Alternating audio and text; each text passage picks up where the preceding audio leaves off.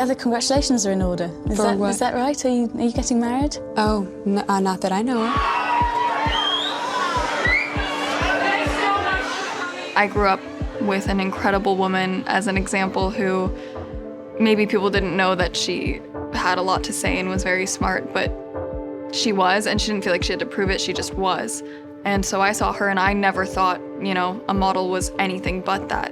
I feel like models used to have the least power, which is why we heard so many of the stories that we're hearing. We were voiceless at one point because we were just there to stand there and look pretty, and it didn't really matter what we had to say. When I was younger, I just wanted to please everyone. And so I sort of gave that power to everyone else. I definitely struggled as a young person going into the industry because I was told I looked too young, I was too giggly and all that stuff. As a kid, I was given the pep talks or getting the school bully to leave the nerd alone that I ended up being both of their friends. There were just so many different dynamics, I think, that came from being a confident child.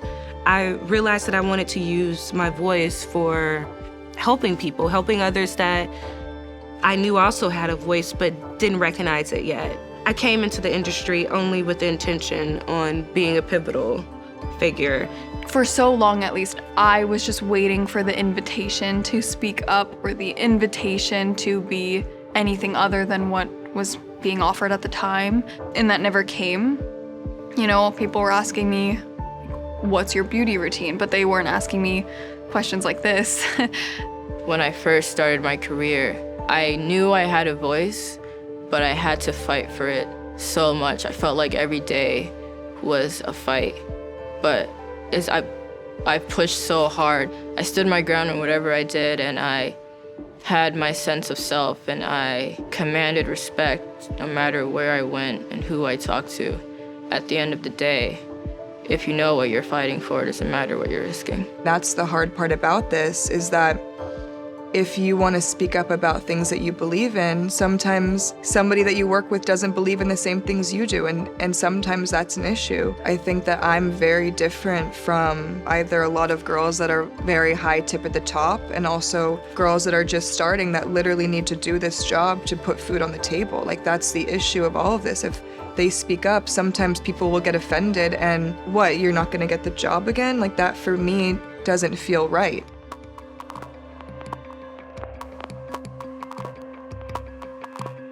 I think more before it was you walk the shows, you appear on the magazines, you are in campaigns and you become muses. But now it's definitely more how much audience do you have and how much clout you have. Now it's unless you have 1 million followers, it's who are you? Existing on social media, and I think this is true for I would imagine just about everybody who has a social media account. It's really fucking scary. I always feel like I'm not good enough, but I always want to be the best I can be for the people that follow me, especially younger boys and girls that don't have a voice the way I do, and I want to be able to speak up for everybody that I can. I remember, I think it was 2018, after Parkland, I went to a March for Our Lives rally, and I remember posting about it. And in my head, and I was 16 at the time, I was like, nobody could, disagree with this. Every kid should be able to go to school feeling safe. And there were countless and countless comments of people disagreeing with me. And that was the first time that I realized how important it was to speak up about issues that you cared about, how not everyone is going to agree with you ever, but that should never stop you. And that just made me want to do it more and more and find other things that I cared about and other things that I wanted to bring awareness to and fight for. That fueled me to, I guess, continue on that journey. There also have been times where I didn't feel like I had the right to say something, and I was pressured by comments or, people I barely knew or didn't really know who were why aren't you speaking out about this? Because I don't feel like I have the right to say anything. And it doesn't mean that I don't care, but just because I also didn't say something doesn't mean I don't feel something. Social media has made certain things very one-dimensional. When I make decisions on whether or not I'm going to speak up for something, I like to make sure that I'm well-read in that subject or area. And usually when I stand up for something, it's something that's really in my heart and something that I've experienced. There's a lot of plus-size Asian women, and it's been so amazing to connect with that audience because I never really saw other people who look like me or heard similar struggles in that area growing up, and having this audience, just connecting with people while sharing and hearing their stories and how we relate and just talking with them as friends has been super healing. My fans, they're very communicative with me. I get a lot of DMs. I had a lot of dark-skinned girls telling me how much they used to hate themselves and their skin. And they said that when they watched me just live in my own skin and have the confidence that I have and force so much change, that they've learned to love themselves through loving me.